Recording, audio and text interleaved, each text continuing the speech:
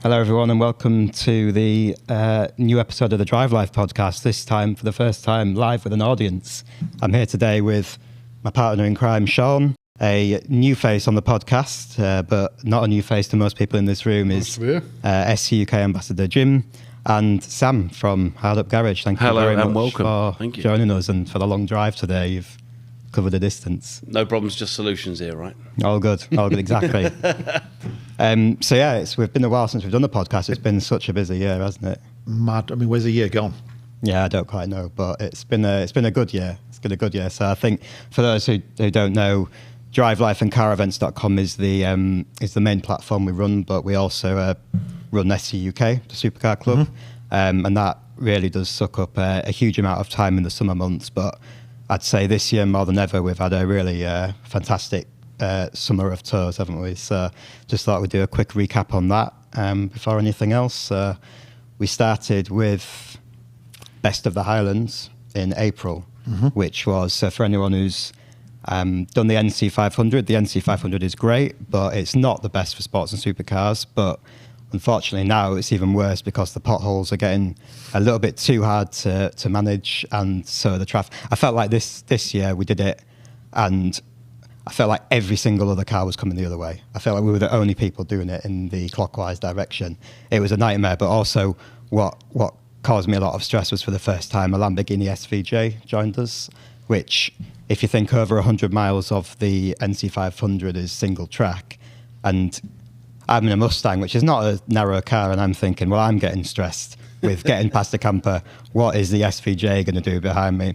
And I could see him looking particularly stressed, his partner looking very stressed, and then we got to the top of Applecross, and it turns out that they hadn't fitted any mesh to the air intakes, so it scooped up all the gravel, and it clogged both fans. And so when we got to the top of Applecross, his temperature gauge was max it could be. So that was the turning point of us saying, well, we love Scotland, and it's probably in the UK one of the best driving experiences you can do, but there has to be a better way than doing the official NC500. It served us really well. We've done it 4 times. So we did Best of the Highlands, which was our take on the route. So we did the best roads of the NC500, cut out most of the single track, and that was your first event with us as well, wasn't it? Absolutely loved it. Superb trip. Phenomenal roads. We missed out all the camper vans. We did. The ones we did see were going in the opposite direction on reasonably wide roads. Yeah. And it worked a treat. Everybody on the trip, I think, in general, said it was the best trip they've ever done. Definitely they did. To that point. Yeah, phenomenal. Absolutely loved it. The hotels were superb. The first night on Loch Lomond, sat in that restaurant, side of a loch, that was just superb. Yeah, absolutely. And I mean, every night was brilliant. And a shout out to Cameron House, the hotel where we stayed. If anybody's looking to do the Highlands trip, Cameron House is an amazing place to stay. Yeah. Depending on which way you do it, but for us it was the first night. I'm not a big, to me, hotels are a bed, a shower and a toilet and just somewhere comfy to sleep. That I would go back to 100%. Yeah, absolutely. Very nice place. And we get to do it all again this April. So if anybody's looking for a driving tour, I'm not trying to hard sell you, but we do have space available. It's got a bed, a shower, and a toilet. Yeah. What more can you want? Yeah. No, it was a fantastic trip. So that really started the year off well, and then from there we moved on to, we've done a couple of one-night tours. So our fan favourites, which is Northumberland and Wales, 2 separate trips, and they always deliver. They're short trips, but for one night trip, they're always really good. We did French Escape, which was our second time doing the French Escape, and it was so full that we had to split it into two. So we ran 2 tours side by side, didn't we? Which was over 30 cars in total. Yeah, 30 cars in the Vosges Mountains. How did you find that, splitting 2 tours up? Was it hard work or was it all right? We're really lucky in that we've got a great ambassador network who support us with the driving. Some of them are here tonight, including Jim, who's been doing ambassador driving for us this year as well. But we were a bit nervous about doing it, I would say. But the one particular format about that tour is we're in the same hotel for 3 nights. So the 2 main days we could actually alternate. So group A and B do one day, group B and C and D do the other one, and then we swap. So we kind of crossed over some days. We'd be driving one way, they'd be coming the other way. That's pretty cool. But It's good. No, we did find it. We found it. It worked really well as a format. Obviously, it was a new thing for us to try, but it worked really well as a format. It's actually surprising how good roads you can get without actually getting into the Alps. Yes. Yeah. You know, as far south as that. Yeah. It's one of the, I think, slightly lesser known areas for car clubs. Well, So you've got like tell the people about it. That's key. Spaces are available. Spaces are available on our 24/6 service if anybody would like car to join. clubs are available, but also are irrelevant. Yeah, we do have space on that one as well. But just another amazing driving experience, and again a bit lesser known as an area. There's obviously Route Napoleon and the south of France; they're quite popular, but I would recommend the Vosges Mountain. But So that one next year, we're going to add an extra day onto it. Is that right? Yeah, so we're going to do. Well, it's almost 2 days because we're going to the Nürburgring. Yeah, that's where we're starting, and then we're doing the Black Forest down into the Vosges Mountains. Wow! And really looking forward to that as a bit of a format change, because I mean, one thing that I guess we're quite a mature club in that we've been running pre-COVID. That's the benchmark for anything these days. So we're pre-COVID. We were starting in like 2018. And we've never done the Nürburgring yet. We've had some of our team drive through it, and Josh and Harry, our media team, they've diverted past it when they've been running ahead of the tour to get there before everybody else arrives. And everyone always says such an amazing place. But I've never personally been. Don't know if any of you guys have. No, never. Not yet. It's difficult to plan because they don't actually release their calendar and well enough in advance for us doing a tour, because our tours for next year are already out and the calendar won't be out until probably January time. And people say the Germans are efficient. Yeah, well, no, not in this case. Not in this case. I could do with them being a bit more efficient, but we've done our best to select a date that has got quite a high chance of it being a public day, so passenger taxi rides, all that sort of stuff. So fingers crossed that works out, but I think that'll be another good trip. Another great tour. Mm-hmm. But then that all led to the biggest tour of the year, which is what we've got on the screen behind us. And we were going to have the DriveLife logo up behind us, but I said to Harry that it was just too good a picture to not put up. So one thing wrong with that photo is that I didn't get up early enough to get up. It was a 5:30 a.m. start. That it was, yeah. So top of Andorra. Top of Andorra. So that was our first ever tour in Spain, Pyrenees. It was one of the rare ones where we transported the cars as well. So we flew to Bilbao and stayed in Pamplona. Yeah. Wow. Stunning hotel there in Pamplona. Jim was there ahead of us, had every roadblock thrown in his way in terms of the hotel didn't tell us. The hotel told us 12 hours before that there was a town festival and that none of the cars could be dropped off. So we had to get the transporters in, and no, you can't bring the transporters. The police are there. No, the road's closed. What do we do? Yeah.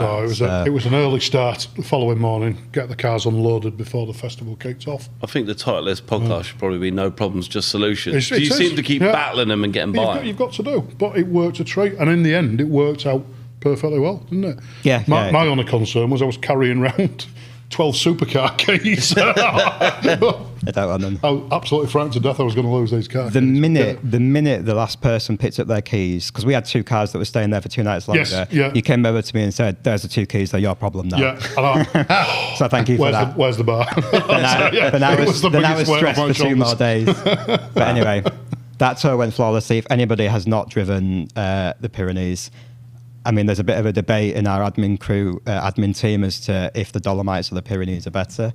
But for me, maybe I'm biased because I did the Dolomites last year, but I did it as a passenger, which I was a passenger of a great car and a great driver, but I just don't enjoy being a passenger. So it was nice to do this one as a driver, but I've never done a road trip like it. It was the single best thing we've done. And so that photo up in the background, that was sunrise in Andorra. Yeah. That road went up to a dead end, and it's the border, and the road just runs out, doesn't it? It was just like a dirt track. So there was a few people camping up there. One guy in a hammock on the top of his van, And we Amazing. rocked up in a lot of supercars making a row and it completely ruined his sunrise in the morning doing yoga on the top of his van, but we enjoyed it. So, yeah. That's all that matters. The aroma of fossil fuels while doing the downward dog. I like it. I never looked at it like that. Yeah, so an incredible experience. In fact, I can't upsell that one. We're not doing Pyrenees next year, but if you'd like to join us in 2027, we will be doing that one as well. So, yeah, an Andorra incredible. as well. We need to mention about how it's lots of fuel stations available. It was the most bizarre place I've ever been. I was forgetting you'd never been before, have you? I've never ever been. So yeah. So as you drive in, so I guess Andorra has previously been famously known for cheaper fuel than Spain. As you drive in, there must be for at least half an hour to 45 minutes of driving a fuel stop every 50 meters. Maybe every 100 Yeah, meters. he's not exaggerating. It's fuel station, roundabout, and the roundabouts, the majority of the roundabouts have only got two exits, forward, and the way you're coming and the way you're exiting. Yeah. So there's 0 point in the roundabout. Well, but- there's because they put another fuel station on the side. Yeah, true, yeah. Yeah, well, they didn't have enough. We'll put a petrol station. But it was a surreal experience. I thought. To Yeah. go It's there Even for the weirder first when time. we pull in the Shell, it's got V-Power, because obviously we've got lots of running V-Power, and you pull in and there's literally every fuel. There's like 7 colours and flavours of diesel, including red and black. Honestly. And no 98. No 99, no V-Power, No premium, petrol, Yeah. but loads of diesel. I'm They've got convinced. a lot of the stations over there. They've got 95 and 95 plus. What that is, I don't know. Wow. But yeah, I'm convinced yeah. of just money laundering, but anyway, that's probably for another conspiracy theory podcast. But yeah, anyway, so that was our year. We would have loved to have done SEMA this year, but we'll get onto that shortly. But we're not doing that this year. But we will do it next year. That's sort of the yeah. Well, there might be time. I'm going to have to not talk about it anymore. So you're going to end up twisting my arm because I would love It's to. not like I'm going on to- Saturday or anything. Yeah, I'm just sorry. please stop it. Please stop it. So that was really the roundup of all the tours this year. But there's one tour that I've not mentioned, and that is the Isle of Man tour. Now that tour wasn't our tour.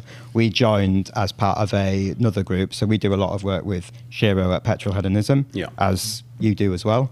And there's some people in the audience as well who were on that tour with us. And that also was a fantastic experience. First time I've ever driven the Isle of Man. What did you think of it? I wasn't really expecting it, to be fair, because I've heard of the TT, and I think that's the only way that we've ever heard of the Isle of Man, realistically. Otherwise, it would just blend in with every other island. And I went out there, and I kind of wasn't expecting too much. And it's a supercar tour, so I took KSI's Lupo because I'm hard up, right? And it was quite funny, because if I took any other car, it would have just broke down or let me down or would end up in flames. And I took this KSI Lupo, and I was expecting it just to be a little bit like England, but more expensive to get to.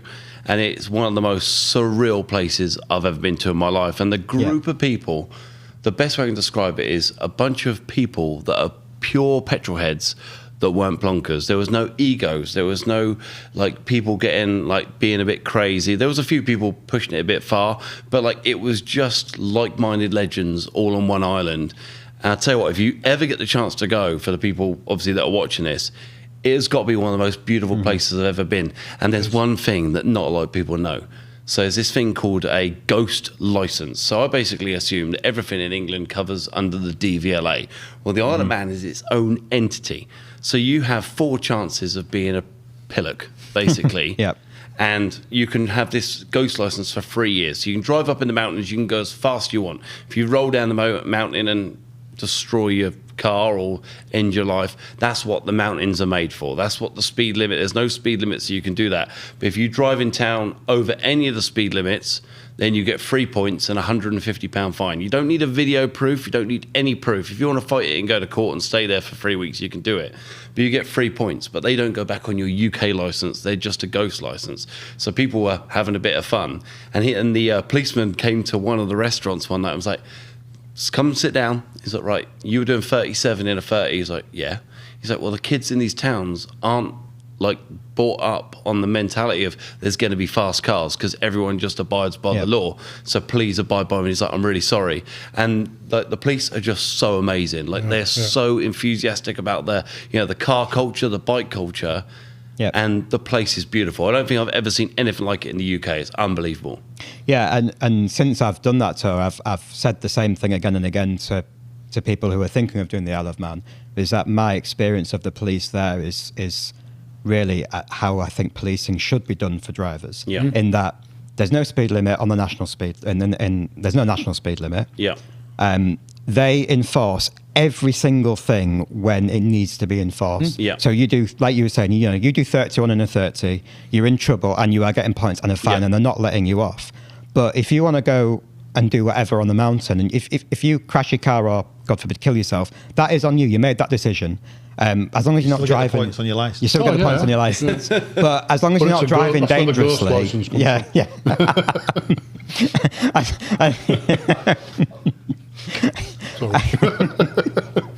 long as you're not driving dangerously, then if you want to go that fast, that's on you. But just don't do it when you're endangering others. And I think that's a really good way 100%. To police. I have that mentality on all the trips I'm involved with. Yeah. And I try and instigate that as one of the lead drivers and ambassadors to the UK as well. Yeah. In Spain, people love to see the cars, they enthuse about them. They don't see many cars like we turn up with. And they love to see them. They love to hear them going quick. But we don't do it in built-up areas. Yeah. There's kids playing. I understand what you're saying. I mean, the mentality over here, if you drive a loud car, most people are like, oh, plonker. Yeah. Like the general public, they don't really embrace the love for what we do. But over there, every rev, every noise, every car, they've got a thumbs up. There's old ladies on their Zimmer frames going, oh, putting their life in their hands just to say hi. Yeah, and I think that mentality was unheard of. And I think that was so lovely to see. Yeah. Yeah, definitely. And the mountain road and the roads where you can push it, the tarmac's good, everything's done properly. There is a really video good. I remember on YouTube. I think it's entitled Police Brutality, and it's from the Isle of Man. Somebody's filmed it in the crowds. Yeah. And there is an Isle of Man policeman in the middle of the road, and he's stopping motorbikes, and he's lining them all up and sort of waving his finger, then 3, 2, 1, and setting up, and he's just having a laugh with the crowds. Yeah. And it's so nice to see. But, it is worth a watch if you get 2 minutes. There's one funny law out there, which if you ever go out and have a few lemonades, if a policeman comes up to you and they have white bell caps as opposed to black bell caps, the law states if you ask a policeman to wear his hat, he cannot refuse you. He can also not ask for his hat back. He has to hint that he would like it back, but his ears are getting cold. So I put that on. I put that to the test. I said, oh, can I wear your hat? He went, yep, 100%. Gave it to me. About 10, 15 minutes, I finished my beer. And he goes, my ears are getting a little bit chilly now. Would you mind if I warmed my ears up? He can't physically say, can I have my hat back? It was unbelievable. I couldn't believe it. It was amazing. Who wrote that law? I don't know. But I like it. I don't like it. I need to meet that and person. Then the parade at the front where we lined up all the cars and I did the cam belt on the Lupo because basically the water pump blew on the Lupo because I was doing 106 mile an hour on a racetrack in a car that maxes out at about 111.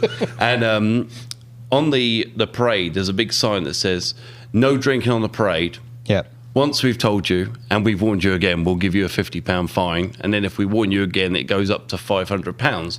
And I said, to the police officer, has that ever been enforced? He said, well, a Saudi Arabian guy just paid us £500 and asked us to go away. Like, that is the most amazing thing ever. Like, that's the mentality. But they're so polite and respectful. And I think that makes such a difference, It does. You have respect for them. Yeah, it does. Exactly. Yeah. I really enjoyed the experience. And one more thing that I've not told you yet, but because of us running SC UK, we get very, I feel like we get a bit numb to being around supercars all the time and you kind of lose your appreciation for them. But on the Isle of Man, you'll know this, there was a Gintani SVJ. And I must have shown 50 people the video that you recorded when I came back, because for the first time in a long time, I was sat at that cafe. So for those who don't know, at the bottom of the mountain road, there's 2 arrow straights and 1 bend. And on the bend, they've had the genius idea to build a cafe restaurant with a balcony. Yeah. And we descended on there one of the days, didn't we? And all the cars went. But then that just led to every car legally sending it up and down the straights, turning around and coming back. And there was some serious metal on that tour. You went viral with your... 3.6 million views of me pretending to be sick out of a McLaren, which is great. Yeah. I thought it'd be funny to pull in, everyone's watching and filming. So I was like, got a bottle of water, filled my mouth. I was like, got to the bottom, he rams the brakes on, stops, opens the door, and go, bah, like this. And then this old lady's going, beep. Can you move, please? Sorry. And that did like 3.8 million views. I wasn't expecting it to go that well, you know. No, it was great. It hooked up very quickly. I saw the numbers going up very quickly the minute you released it.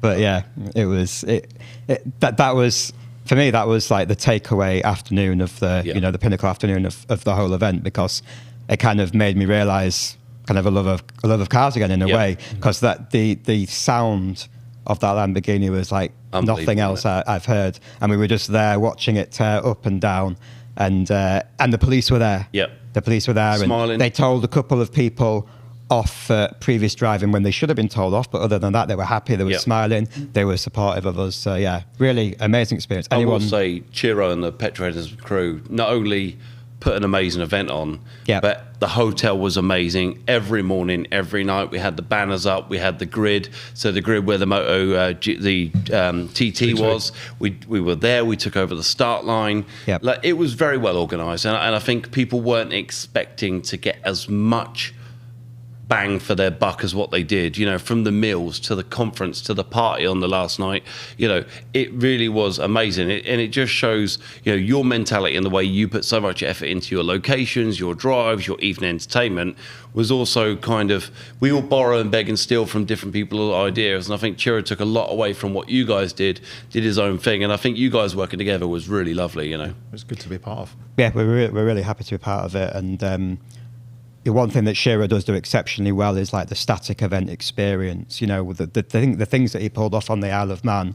I think it was almost good that he in a sense he kept a lot of that information away from the attendees. So that when they turned up, they were like, oh wow, this is actually quite a big thing, you know, to be on the TT start line and to be on the promenade. And it wasn't just 10 cars, was it? You know, it was all of us plus half of the Isle of Man supercars and sports cars were there. There was lots of display cars. There was thousands of people that descended as well. I mean, the community blew me away. So I bought KSI's Lupo, done 35 million views, thought it'd be a cool car to take, so I took it. And like I said, I was racing, water pump went, phoned my sponsor GSF, got a water pump that afternoon, and I got nowhere to do it, so we did it on the promenade. And there was a 92-year-old lady holding an umbrella over me in the pouring rain, and then I needed a 19mm multi-spline socket, and the guy was like, do you need anything? I was like, I need a socket.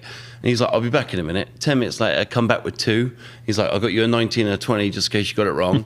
Gave it to me. I was like, have some money. He's like, no, the community were out of this world. And that was the one thing I took away from it.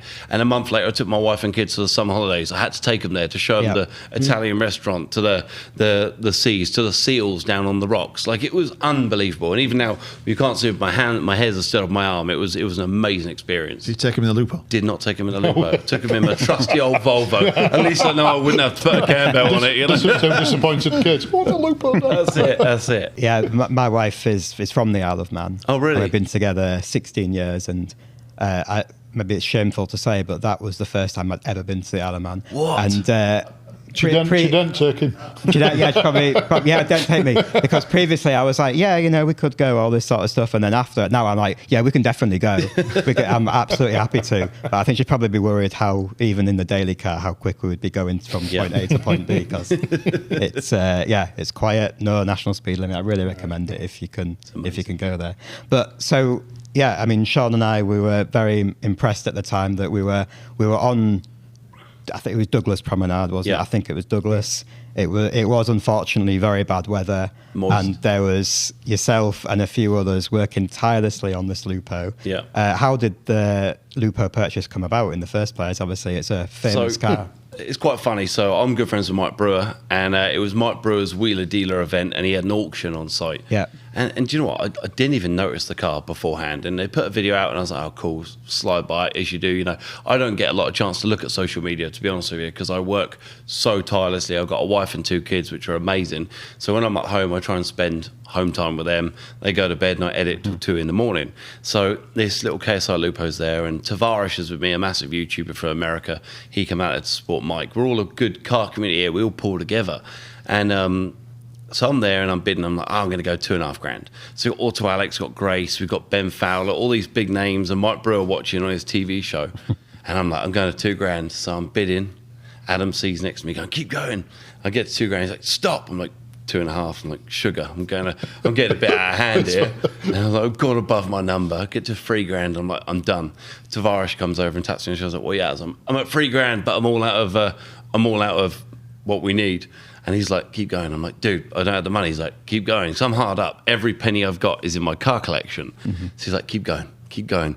And I didn't realize at this stage I'm bidding against a charity, right? So I get the $5,000. I'm like, yeah, I win. And it's so fun. And then Mike's like, that's Lee. You just took a car away from a charity, dude. I'm like, sorry, I didn't know. So afterwards, me and Tavares went and had a chat. And it turns out he owns a charity called Santa's a Gangster. So at Christmas, all he does throughout the whole year is build cars to raise money for kids that don't have parents. Their parents are either in jail, fostered, or passed away, or have no recollection of who they ever were, and have nothing. So, you know, the whole idea of Santa goes, naughty or nice, if you're a good boy, you get a present at Christmas. There's hundreds of thousands of kids in this world that get nothing for Christmas, and they wake up going, what did I do wrong? Yeah? So they may take a different route in life. They may be a bad kid. They may go, what's the point in being good? Let's go down this route. So Santa's a Gangster is all about earning thousands of pounds for at Christmas. They donate Christmas presents to kids that have got nothing in the world, you know? Yep. And I was like in tears. I couldn't believe I'd beat this person at what should have been an easy buy for him for 500 quid, and he could have made thousands of pounds. So after, Tavares was like, look, I'll pay half, the charity goes half, and we'll raise money for kids, and then we'll give the car back. And I'm like, what? He's like, okay, brilliant idea.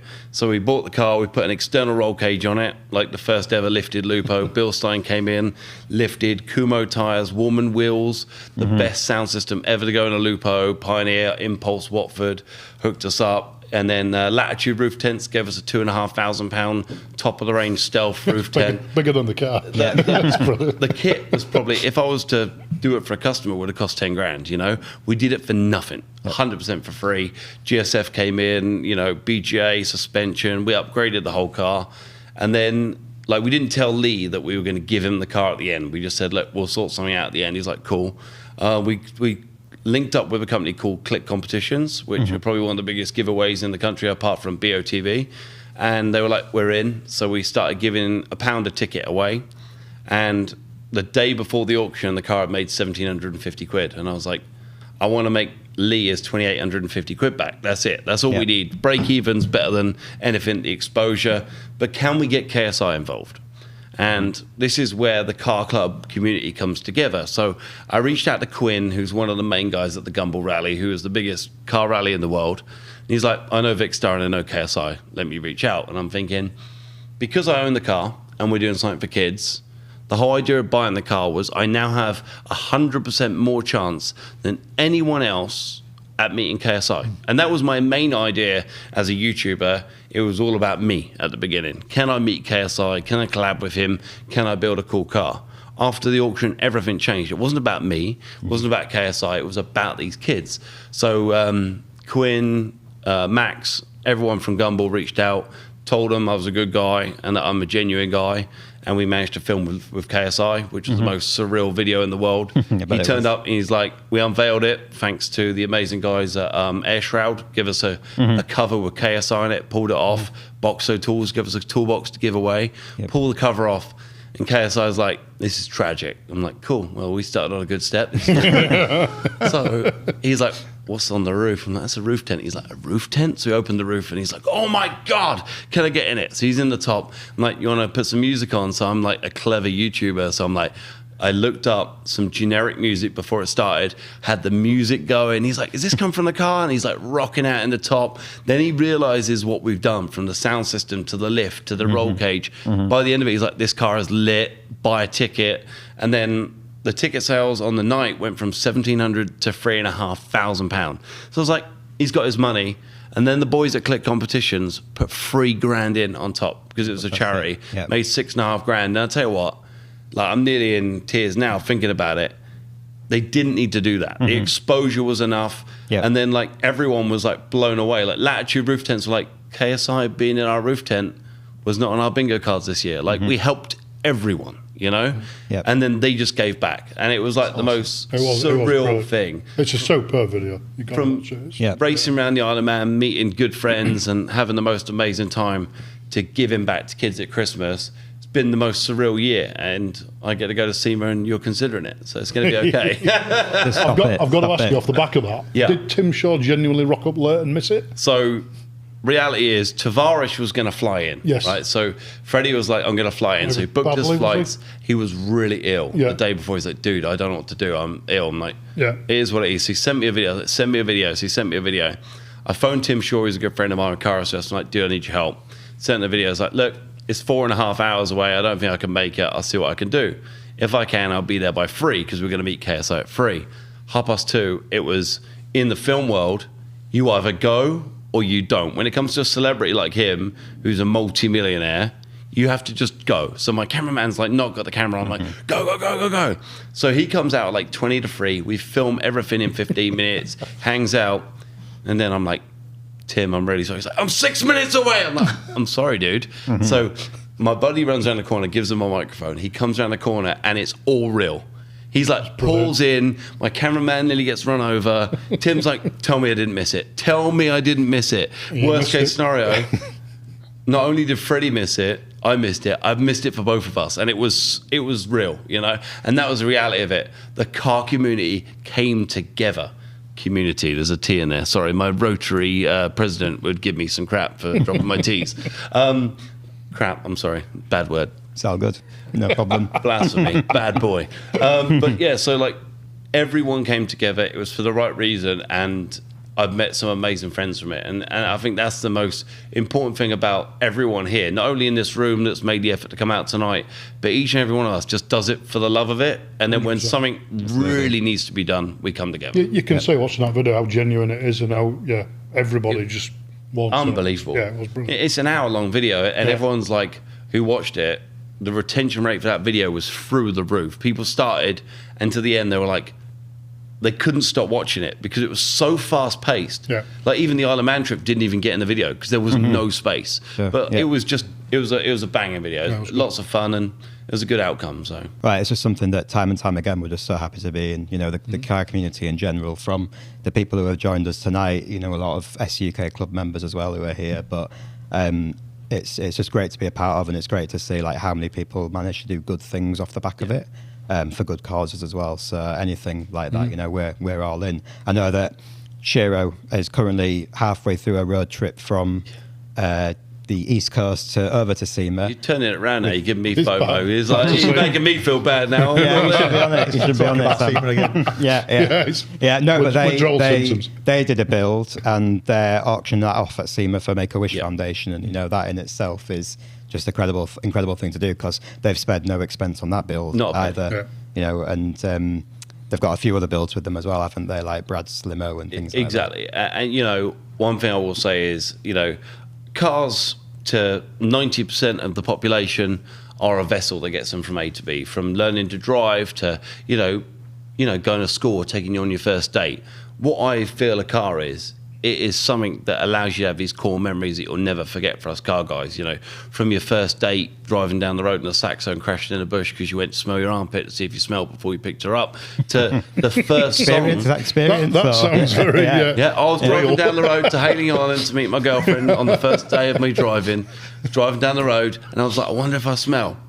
Straight into the bushes. Brilliant. Phoned my dad, I've crashed, there was a dog, and I was worried. Tell him what happened. I smelt my armpit. Cool, never lied to me again. That's amazing. But like, when I was younger, I couldn't really afford a CD player. Like, it was a car I built, and it was like you wait for the song to come on the radio that you wanted, and then you have a jam, then you wait for it to come on again, to your first date, to the first time you go to a car show.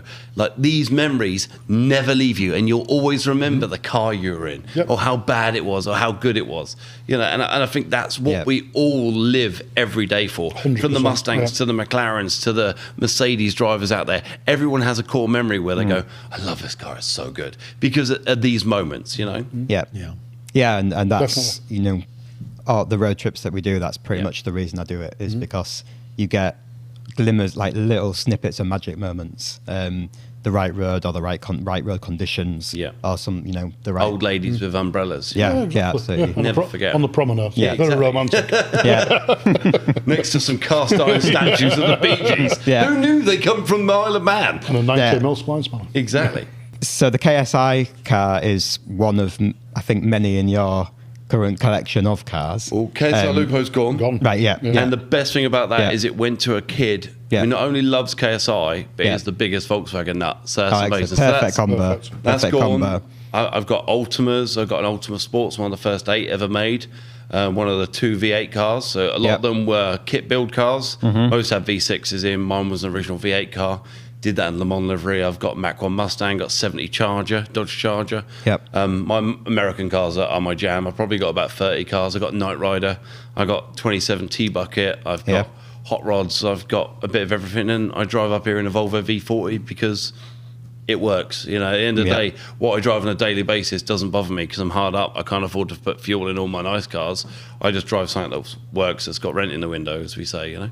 Yeah, it's, well, I'm very fond of my American cars myself, but I've seen a lot of your collection on various videos, and it looks awesome. Especially, you're going to have to, I know you've done a long distance stay in the Volvo, but you're going to have to bring the Mach 1 Mustang up, I'm afraid. If the Mach 1's still around, because I think we're going to be moving it on so we can buy a new car that we got coming up very soon, which I've given you guys a snippet, which I'll let people know a little bit later on. But I think the Mach 1, every car I own, what I find is I don't have money in the bank. In my opinion, if I had money in the bank, I'll buy Ugg boots, or I'll get drunk, or I'll book a holiday for my wife and kids. So the best way to do it is my wife organises saving money, going on holiday, and I buy cars, and they're always an investment. I always buy them so cheap that if I need to make money, like this car, I'll sell a Charger, or I'll sell my kidney, or something will sell because my bank is in cars. I know I can't lose money that way. And the Mustang may have to go to pay for the new project. So. Well, we're looking forward to it, but say no more on that topic for now. But what I will say is to everyone that turned up at your podcast today, I'm going to tell them later off the record. So for anyone that wants to attend one of these podcasts, snippets will be released for people that actually bothered to turn up. All of you guys. So thank you very much. And you will be impressed by this snippet because I know what it is. So how did it all start? Like, as were you interested in cars as a young boy? My first memory was 8 years old. My dad bought me a Mini, and I went racing. So I did like little Mini Juniors. So I was 8 years old. My first race, I rolled the winner by accident. So I was white, and it was number 147, as in like maximum brake at pull. So I was like, if it breaks, I'm going to do it properly. It's going to be the maximum brake. It was white because it was the cheapest paint at B&Q, so we rolled it. I was 8 years old. My dad was in the passenger seat, and I scared the hell out of him. We did 3 laps, and I was obviously being lapped by the winner, and I'm there dwindling. And it was a chalk racetrack in Hampshire called Horndean Racetrack. And I'm like dwindling, and I'm going over to the left because my dad always says, always move over and let people come through. So I'm moving over to the left. Turns out the winner was about to overtake me, and I hit him and rolled him over the embankment on the roof, and the race got cancelled and he lost. So it was great. Okay. That was my first experience of like this crazy thing. And then when I was about 10, I remember my dad taking me in a 1982 Pontiac Trans Am, the same as Knight Rider, with my grandma, who, God rest her soul, to the Isle of Wight. And I just remember this feeling of every person going, oh my God, it's Knight Rider. Oh my God, it's Knight Rider. And I was so proud that my dad was driving, and that was my dad, you know? That was that was it. That was the moment. That was the moment of V8s, the rumble, the smell of unburnt fuel, the feeling of these velour seats that had no padding in, to these people looking at cars and just falling in love with it. And, you know, I grew up with Knight Rider, so like that car was my dream car. And that was the first moment I knew that American cars were my jam. And then at 15 years old, I had the opportunity of finishing my GCSEs, or I got off an apprenticeship at Mercedes-Benz. And it was like, I got to take it. So I left school early and I went and worked at Mercedes. I was the youngest ever level 4 diagnostic mechanic. So I left at 19. Everyone leaves at 20. And I worked 4 years on my tools being a mechanic. And be honest, I'm not the best mechanic in the world. I could have definitely spent a lot more years finessing my trade and learning more. But at 19, I decided I can't work for a person my whole life. I can't do this. I want to work for myself. So what I did is I said to the service manager, I said, can I be a service advisor for 6 months? And they're like, why would you want to do that? And I wanted to learn to speak to customers. I wanted to learn how to do invoices, and I wanted to learn my now ultimate part of me. I wanted to learn to be a social chameleon. So we had van customers in there. You're right, mate, how you doing? Dropping off a van. You're like, yeah, mate, show me what he's doing. And then you have a guy coming in a brand new S-Class, goes, hello, can I show you my Mercedes? Oh my God, you went for the soft closed doors and the twin pane glass and all these little details. And I could be a social chameleon, so I could learn how to deal with different customers. I could learn how to input registration numbers, order parts, that kind of stuff. So I did that for about a year. And then there was a guy, and I can't remember his name, Cookman Brothers window cleaners. They had loads of vans in Hampshire cleaning windows. And these injector seals went on a van. One of the most common things that goes wrong is called the Black Death. And I could do them in 5 hours. Yet he was getting billed $2,500 to do injector seals, And I was like, he's like, dude, we're mates, been for a few beers. I said, if you give me $1,000, I'll do it tonight and have your van on the road in the morning. He's like, you serious? I'm like, yeah. So I went out there, got all my tools, fixed the van, dropped off at 10 o'clock at night, and he gave me $1,000. Next morning, I went in, gave my notice, and I bought a Renault Clio van, and I started elite vehicle maintenance as a mobile mechanic. And I did that for about 2 years as a mobile mechanic, but I got fed up of laying my back in the rain fixing cars, so I opened a garage, and I've been self-employed now for 17 years. I had my own Mercedes specialist garage for up until COVID, basically 2018, 2019. And I've always loved cars, and Fast and Loud with Richard Rawlins ended up being my, like Bernie and Leepu TV show, which were they bangers, what they call Bangla Bangers, was something we loved. And then Gas Monkey came out, and every Monday before work, we had a projector on the wall at work, and to start the day, we watched Gas Monkey. So I was like, I love this guy. Not only has he got women everywhere, he's got a drink in his hand while working, he is driving cool cars, and he's making money sometimes. It was like the dream. So that's kind of where 2019, I've given you a pretty fast upbringing here, 2019 came and I signed a deal with a TV show in America. I spent a lot of time now. I spent 4 years probably trying to get my own TV show, being a YouTuber and this kind of stuff. And I finally got my break being on Fast and Loud. And Aaron left, and they were basically getting like-minded, crazy guys in on builds for a series of a couple of months. And I signed a deal to be on Gas Monkey. We built a car which was called the NAS Charger. So 2015, I cut up a Rolls Royce in Juarez in Mexico for SEMA, took it there, pretended I was famous in England. So basically I got a VIP lanyard, pretended I was a TV presenter, and that's where I met Mike Brewer. Came back to England, pretended I was famous in America. So that's where that started. I am ADHD as hell, guys, so I am a bit of a squirrel, so bear with me. So then we got the deal for Fast and Loud. So I bought the wheelie car from Fast and Furious, which is basically the 1970 Dodge Charger with a supercharger hanging out the bonnet that did a wheelie. Problem is, you pressed the button, the car did a wheelie, the plastic wheels went round, smoke machine, and then it went along on Tesla batteries. So it was like a clown car. It was awful. Yeah. And then I bought an Aflac NASCAR, which was Carl Edwards NASCAR. And I had these two cars. At this point, I was living in a council flat with a council garage with Dominic Toretto's Dodge Charger, which was my dream car, and a NASCAR. So I had a car that looked the nuts, which I just wanted to open the door and pretended I was Vin Diesel, and a NASCAR, which I couldn't drive on the road.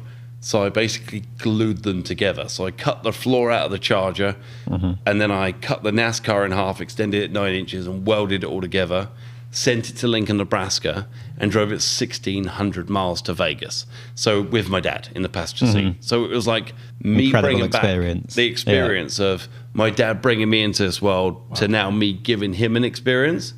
And there's one part of that story, two parts actually, which I'll share with you guys before we're here all night. But the first part is we turned up at this guy called Troy Gupser, and he's a massive hot rod guy. And we did a rat rod build-off. So it was from Lincoln, Nebraska to Vegas, 1,600 miles. Put it this way, I built the car, I drove it around my estate, probably 300 feet, and loaded it in a container. Yeah, so I never drove it. We turned up in Lincoln, Nebraska, and it's probably 10 degrees Celsius outside like it is tonight. Wasn't hot, wasn't cold. We all had sleeping bags, and there's like 50 of us, and we're all asleep in this workshop. And we go to bed, and it gets to 3 a.m., and I'm like, oh my God, it is so cold. What's going on? We put it through, get up at 7. We pull the roller shutter back, and there's 8 inches of snow. It's minus 13 degrees Celsius, and a storm would come in overnight.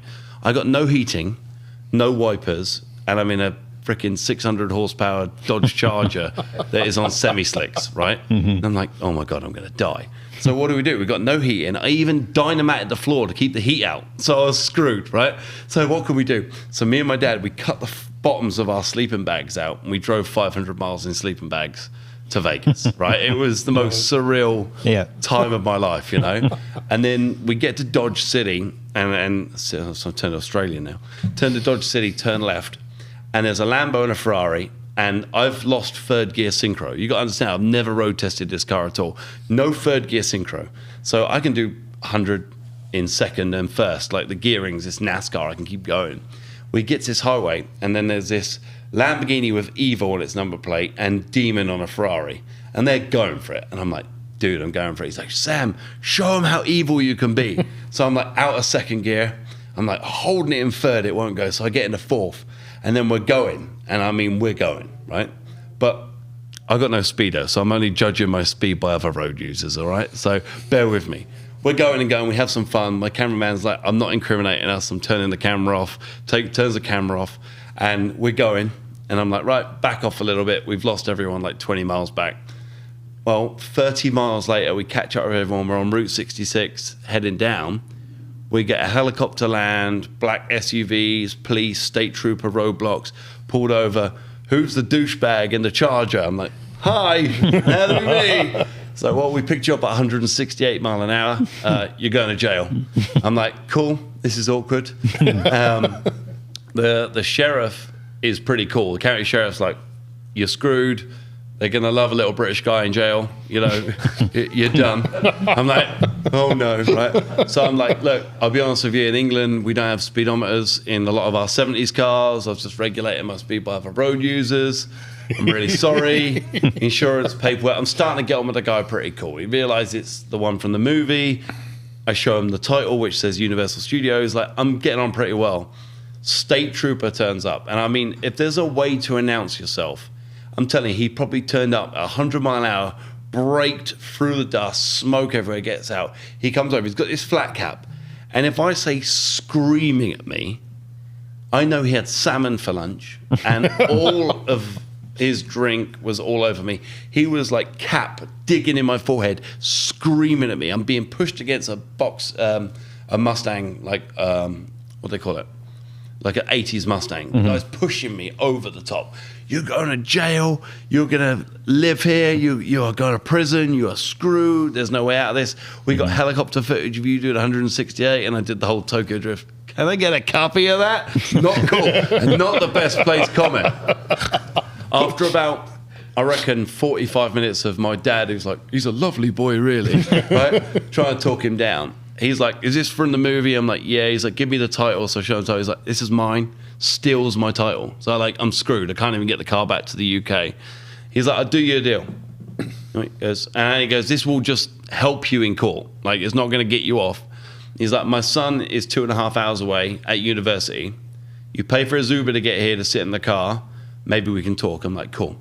So I paid like $290 for this kid to come. He turns up. And he's like, oh my God. He gets one picture inside the car, one picture of his dad in front of the car. And then he goes and gets in the Suburban, right? And I'm sitting there going, Dad, there's going to be some Mexican boys that are going to like me. I'm completely stuffed here. I don't know what to do. He's like, don't worry about it. Whatever happens, happens. I'm like, cool. About 10 minutes later, helicopter takes off. I'm like, cool, well, we're not going to helicopter. That's a good thing. At least I'm not going to state prison, you know. And we're like in the middle of nowhere. You got what I mean? We are in the desert, right? So I'm thinking like, at least if I'm going to jail, it might be one of those ones from the movies, like a big clang and some metal keys, and I might be on my own. And then there's a state trooper comes over and is like, dude, you're screwed. Like from here to Vegas, there's a trooper every 50 miles waiting for you to watch you. And then out of nowhere, everyone leaves. And I mean, not even a comment, not even a warning, not even a shout. Everyone just leaves. And to that point, I cannot tell you how lucky I was. Like to this day, I don't know how I got out of that. And that was like one of the best times of my life. You know, we went to the Salt Lakes out of Vegas, did some donuts in Dominic Toretto's Charger, went to SEMA. Barry Maguire, who owns Maguire's. I'm the first man in the world to half detail a car on the roof of the Circus Hotel. We detailed half the car because it was covered in 1,500 miles of sleet, snow, dirt. And that year was my turning point at SEMA. You know, 6 years ago this year, I became somebody.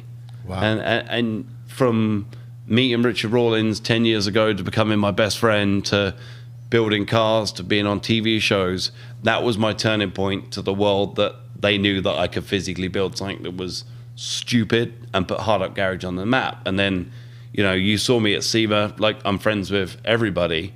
And the first year at SEMA, I went into the production office and I went, hi, I'm Sam from England. I'm filming with Discovery Channel and I've got a TV show in the UK. We're filming today. Can I get a lanyard? And they were like, Googled me. I'd already set a website up that said I was a TV guy and I was a celebrity. Right? So they gave me a VIP lanyard. So then a little bit later, I'm filming this guy called Slick, who is a TV star out there. And we go to Elvis's suite at the top of the Westgate, right? And I'm sat in the bath with Dave Kindig and Chip Foose, right? I'm like, what is going on? And I'm drinking Budweiser. Mike Brewer walks over and goes, who are you? I'm Sam Hard from England, and we're just filming a TV show. He's like, no, you're not. I don't know you. I was like, dude, we're filming a TV show in England. And he's like, okay, what TV show? I was like, dude, I'm talking. Give me a minute. So I'm schmoozing with Dynaco right now. I got my big boys with me, right? Dave Kindig is like, why are we sat in the bath? I was like, dude, if there's a black light, this is where the action happens, all right? For everyone at home, you'll get it. I'm sorry. It's a private family event, so bear with me. And we're like chilling out. After that, me and Mike Brewer went to the bar, had a few beers, didn't tell him anything, came back to England with all these photos and videos of me hanging out with the ultimate car heroes. Like, I'm with like everyone, you know, it's ridiculous. Go back to England, pretend I'm famous in America. I spent 10 years doing it. And now you know what I do out there. I host private parties with Jay Leno, Courtney Hanson, Chip Foose, and Kevin from American Pie. So fake it till you make it. I haven't quite made it, but that's a quick rundown on You're well on the way. On me. You know, I've faked it till I made it, but I've also delivered on my promises. I'm not just a self-taught mechanic. I'm a qualified guy. I've run a business. I've got 2 boys that, you know, when they were young, when my boy was 6 months old, I was in a really bad car accident. I got airlifted to hospital, paralyzed half my body. I ended up going through the social system, couldn't afford to pay my rent, ended up in a council flat, assisted living in a hotel, communal bathrooms with a newborn, to everything to where I am now. And it just shows if you live it every single day and you know where the bottom is, there's no further you can go apart from keep climbing. And I think that's the only reason I'm sat here with you guys, with all these like-minded legends, is because I've put the graft in. I have, you know, earned my space where I am a qualified mechanic, have built cars for SEMA, and I have filmed on TV shows. So, like, there's people out there that fake it and don't make it, but still have the persona like they're somebody. But I don't have the persona like I'm somebody. I'm just me that happens to have tried my best. And that's a basic rundown on me, you know, but... You've definitely got the fight. Having fun, that's it. Yeah. It's a great story. Yeah, and it's phenomenal. You've really made my story about getting pulled over for being 10 miles an hour over the speed limit very, very boring, and I'll never tell it again. But Vegas this year, we can max it. Don't you worry, we got this. We can try. I've got one question from what you just said. Did you get the title back for your car? No, so the crazy part of the story. I met a gentleman called Dennis McCarthy, right? Dennis McCarthy, after Ted Moser built all the Fast and Furious cars for Too Fast and the Furious and Tokyo Drift, Dennis McCarthy was friends with the director of the new movies. He got the contract. And basically, he started building the cars. Turns out, I was drunk, met Dennis McCarthy, and I bought him a $70 shot of Patron. The most expensive, best decision I've made in my life, yeah? So I phoned Dennis McCarthy up. I'm like, hey, dude, just been arrested for doing 168 mile an hour in a Dodge Charger, and the guy's taken my title. He's like, let me look. That was one of my cars. I'll get you a title. So very lucky. Series of events that stars aligned. Wow. Managed to get a title. Brought the car back to the UK, and then I built my hard up garage empire and my car sales and my business to where I am today just through selling that car. That car's now in a museum in Austria. So, and it's got a big placard saying this was the car and Sam Ard's a lunatic, and it's here. So that's the one car that I want to get back one day. But I don't know about you guys, but COVID screwed me, you know. So 2019, I was going to be on Fast and Loud. That was a part that I missed. And we drove the car to SEMA, broke the internet, built this crazy, amazing car. But at the end of SEMA, we're all pretty sick. Like, you know, I was coughing my guts up, and I don't get ill. I mean, I've never had a day off work in my life. When I'm ill, I go to work and drink Cavonia and whatever, tablets, whatever. And I got back to the UK, and I was driving my recovery truck, and I was like throwing up, drinking Cavonia, ill as hell. We all had COVID, but we didn't know it was COVID. TV show got axed. Yeah. So I sold my Mercedes car business to my mate because I'm like, I'm going to America. I'm changing my life. I'm going to be a TV star. SEMA, come back, TV show done, garage gone. What am I going to do? So lockdown hits. My mate's like, we're screwed. I'm going to shut my car sales down. Are you interested? I was like, stuff it. Let's have a go. So I found every loophole in the world to sell cars through lockdown. So basically the law stated you couldn't view a car unless you paid a deposit. I was charging people £1 refundable deposits to look at a car. I made a barrier outside my door and got my landlord to divert this part of the car sales from this to that part. So people could view a car 10 feet from my business, which was a loophole. And I was selling cars to more people within 100 miles than anyone. And I took 2 10-grand government grants. People don't like Boris. People don't like Richie Sunak. Without those two guys, I wouldn't be sitting here today. And I'm not into politics. I'm not here just saying what I love, what I don't love. Reality is those guys gave me 2 10-grand grants. I spent 10 grand on a baller office to look like I've been there forever, and 10 grand on 500 pieces of crap, right? And I turned that into the first year 1.3 million turnover, second year bang, third year 6 staff, 25 grand a month overheads. I bought my council house, put my own kids in their own bedrooms. I lived my best life. New politician comes in. I went from selling 45 cars a month to 20 to 18 to killing SEMA last year. It destroyed me. And then March this year, I shut my car sales down, had to let everyone go, had to say sorry to the HM revenue. I was in a bad spot. Now I'm a full-time YouTuber, living my best life. So I've had ups, downs, but the reality is, without the problems we've had in life, without different governments coming in, I wouldn't have been in my best position now. And like my wife and kids, thanks to you lovely people, are staying in a beautiful apartment up the road, having an amazing night. I get to hang out with lovely people and talk to like-minded legends. I'm very, very lucky. So I'm sorry about my squirrel mentality of where my life goes, but hope that sort of makes sense now to where I am. You know? Can I ask you, would you change any of it? No, I mean, there's a couple of things I would have changed, but I wouldn't be where I am now. I mean, my wife has put up with so much.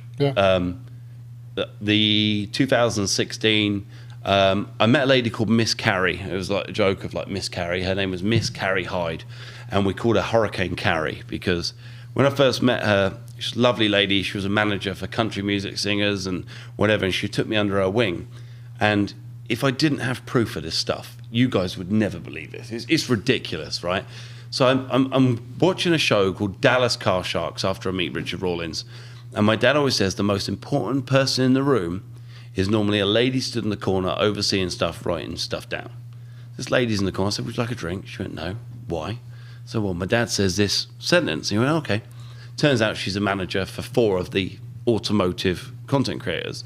She said, what do you do? I said, build cars in England, but I also build cars over in the US, thanks to my friends Michael Lightbourne in El Paso and Jesse in Juarez in Mexico, the most dangerous town in the world, where they build hot rods and stuff. They build them over the border because it's cheaper, whatever. So she goes, oh, well, I'm actually working with the CIA at the moment, and we got to build a car for this thing called Spook Stock, which is basically a charity event run by the CIA where they used to build guitars.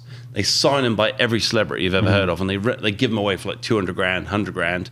And they wanted to do that same mentality of the guitars with a car.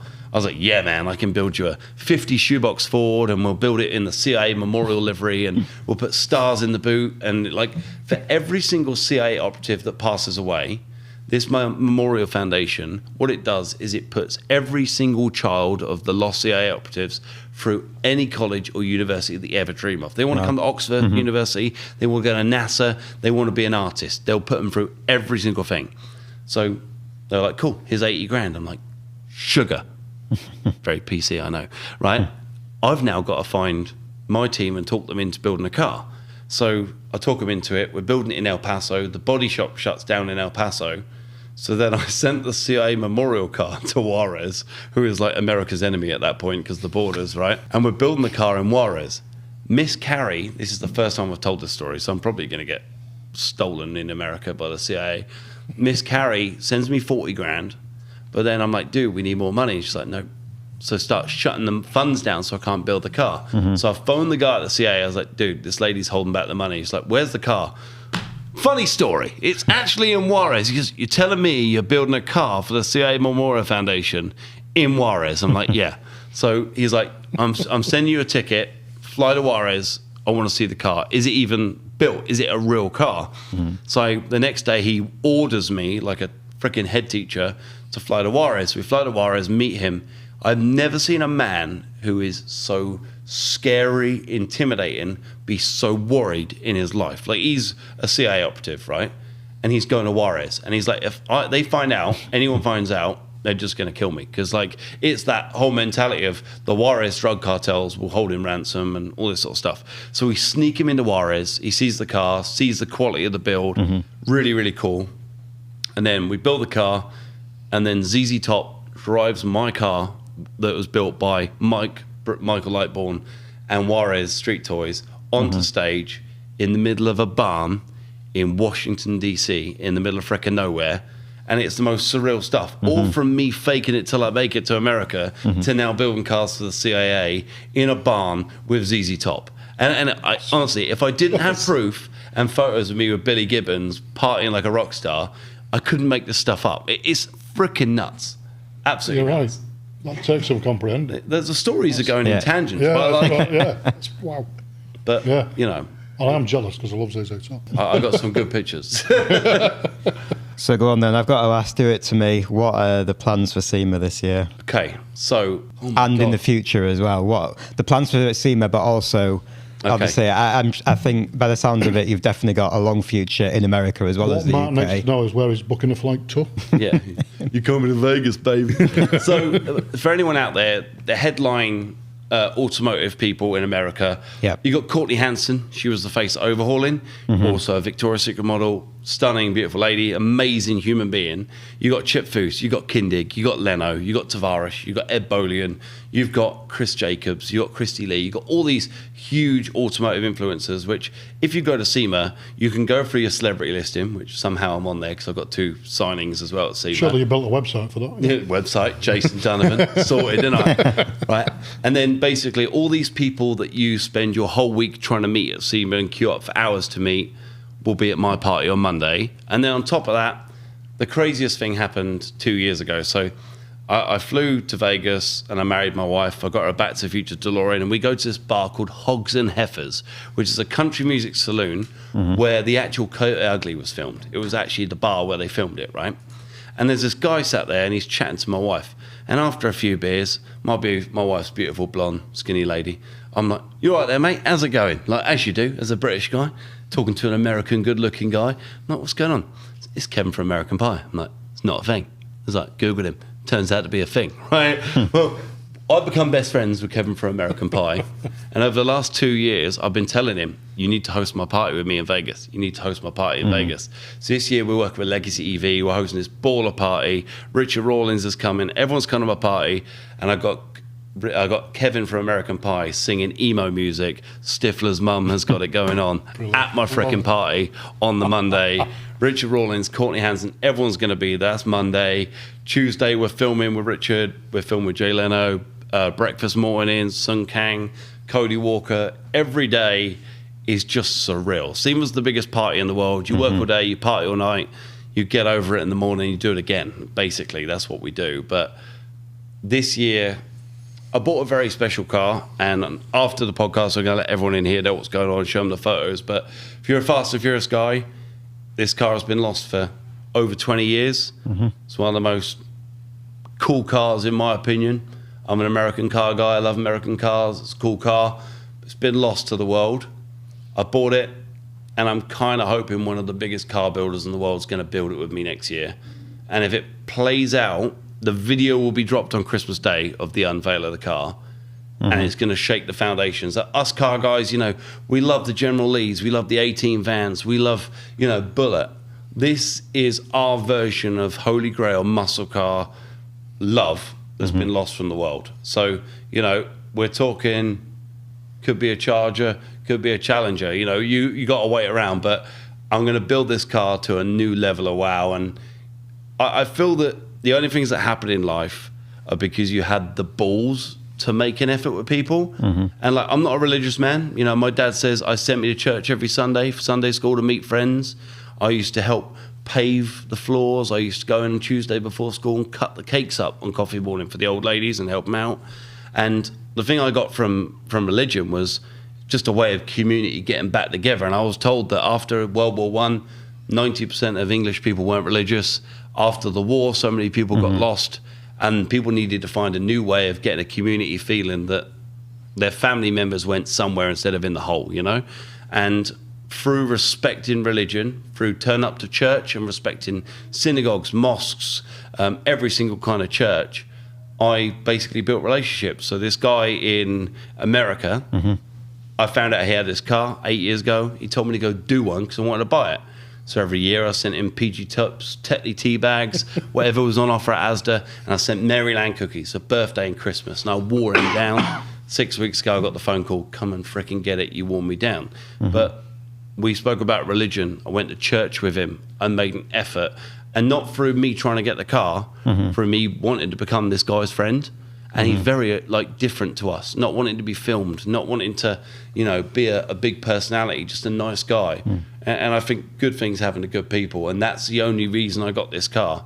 Some of the biggest celebrities in the world who know this man didn't even get a phone call, didn't want him to sell it to him. I was the only person he picked up the phone to. So that's going to be a big deal. Hopefully Christmas Day. Christmas Day, I've got keep your eye on your channels. We'll share them in the podcast. Mm-hmm. But yeah, no, looking forward to that one. Can I just say one thing? You guys are like the pillars of our car community, right? You hold us all up.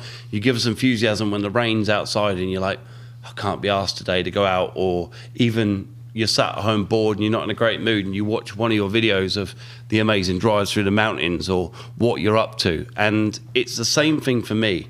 Chiro invited me on this amazing drive across America. I couldn't go. My wife and kids are very important to me. Earlier I said one of my biggest mistakes I've ever made, this is where we were going, was leaving my wife and kids behind. When I built the CIA Memorial car, I was away from my 3-year-old child for like 6 weeks. And my wife put up with everything.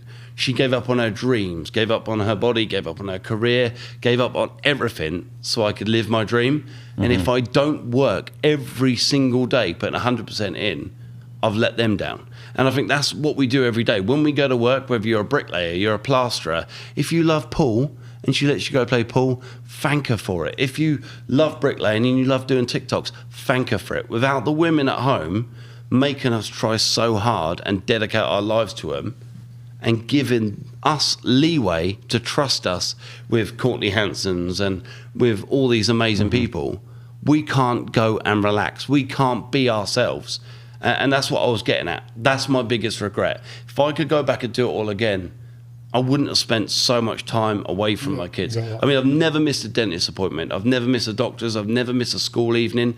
I've been to every single appointment I've ever could do, and I've always been by her side. But there's been mistakes I've made. And I tell you what, without those mistakes, I also wouldn't be as good a person as I am now. So that's kind of where I'm at. I think we're all looking. I'm sure I can speak for us all. we are very, very lucky with our other halves, our better halves. Yeah, I think what we get to do. I think we push our luck quite often when it comes to driving tours. Yeah. And like this year particularly, I was practically shaken giving my partner the list of dates for this year. I was like, I'm really sorry, These are the days you're at it's home. a lot of days. She was like 30 calendar days this year. Your way on driving tours. There you go. You're like holiday this. request. So Seema is always like, I'm going to go for 4 days. She's like, cool, that'll be a week. And then it turned into 9 days. Yeah. And she's changed the listing on our Google Calendar to Sam wasting more of our time. So that's kind of where it's got. So every time I add something to the calendar, I click on family, I know when I get through the front door, I was like, is this a paid gig? Yes. Are we coming? Yeah. No. It's that. You know? I do use the term business trip a lot. Yeah. I'm networking, love. Okay, we talk about that. I've been for Gumball, right? Thought it'd be a really good idea. So I went to Indianapolis for this thing called Outback in the Midwest, where 600 Holdens drive from across the world to this little back garden in Indianapolis, right? And I met this Australian guy called Chris Roach, coolest guy in the freaking world. Like, I want to be him one day, right? And he sings working as a waitress, right? But only working as a waitress in a cocktail bar for the whole song, yeah? It's the only part of the trip that stuck with me, right? So I'm with Chiro at the Gumball Rally trip. Chiro rents a speedboat and we're going out. So my wife's looking after my ADHD and autistic kids at home, putting up with everything, and I'm on a work trip, yeah?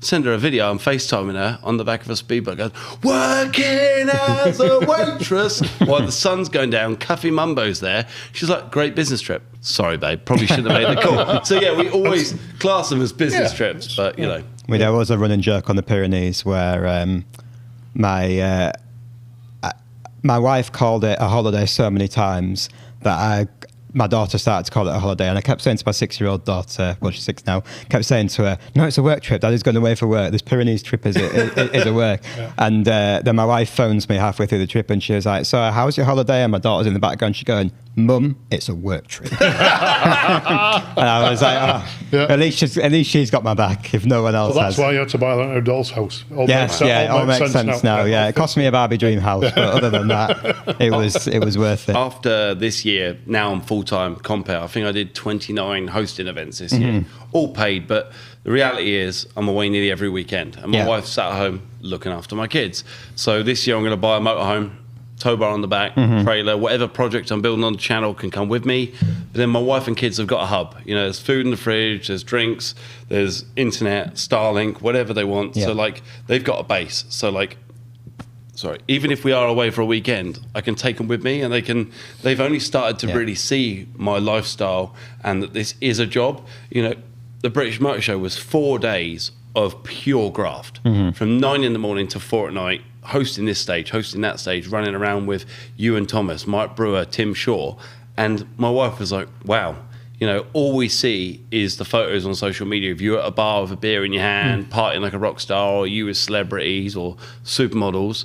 And I actually get it now. Like, I don't actually drink when I work. It's always a pint of apple juice or something like that. I don't actually drink when I work. I mean, you saw that firsthand in Isle of Man. And I'm still a lunatic, so it's all right. It's not the booze.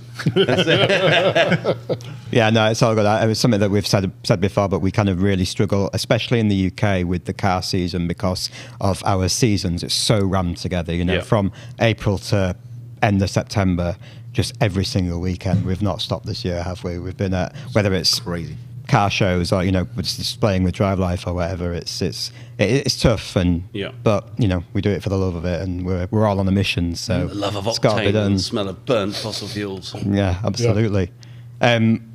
We have a tradition on the podcast just to end it, which is, what is your dream 3-car garage? Okay, dream 3-car garage. Dodge Charger Daytona, the one with the big wing and the nose on the front. Probably the Yenko Camaro from Too Fast, Too Furious.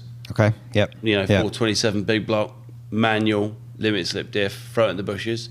Just not on the boat. Well, smelling your armpit. Yeah, not smelling your armpit in a sack. So, third car. I mean, I've always wanted to dabble into supercar world. Yeah. And I want a Di Tommaso Pantera. But I don't want a good one. Choice. I want a wreck. Yeah. So I want to have the interior flawless. I want to have like a big block Ford in it, you know, perfect engine bay, but the outside has got to be horrendous, like barn find. The suspension will all be brand new, the underneath be painted, but the body to be a wreck. Masso Pantera, Italian styling, American horsepower, just probably one of the best looking cars in the world. You know, I've never afforded a Lambo, so Pantera it is. Pantera it is. Well, I look forward to you putting out the video of you restoring one, hopefully. No worries, we'll find a box of greatness one day and bolt it back together. That's got to be the quickest answer we've had. People a lot deliberate it, a lot don't they? But it's a tough question. You know, some people are very sure. Out of the bag, Mark, you did ask some before we started the podcast. That question will be coming up. But even back then, he went, "Oh, that's easy, bang, got it." Yeah, instantly. Got it. One of my bucket lists will be ticked off, which hopefully you guys sat here in this room watching the Le Mans 24. I will be building a real monocoque chassis GT40 next year on my channel, which was built by a 98-year-old guy who worked at Ford Heritage. So it's all made out of real GT. It's the closest thing you'll ever get to a real GT40. It's not a kit car. It's not a super performance. It's not a KVA. It's none of them. It'll be a real GT40 basically. We're going to build that and we're going to take that to Le Mans. And I'm going to be filming at Le Mans. We've got some amazing parking. So the idea being is somehow I'm going to move heaven and earth and it's going to be on this TV by accident. It's going to happen. Stop talking about events now because we're going to be at the mall at this rate. You're coming to see me already. That's the thing. I've already texted your wife. It's done. Yeah, we've sent the dates to your wife already, so they're on the calendar. Well, thank you very much for joining us on the pod. Thank you for the distance you've travelled to come here. Thank you. Great. Thank you, Jim. Thank you, Sean. And also to mention that for everyone in the audience, in the future, Jim and Sam are going to be some of our new presenters for the podcast. So we're looking forward to that. Thank you very much for joining, and we'll look forward to more chats in the future. And thanks for all you guys for coming. Appreciate it. Thank you very much. Each and every one of you, for taking your evening out. And catch you on the next one. Stay remarkable. Cheers.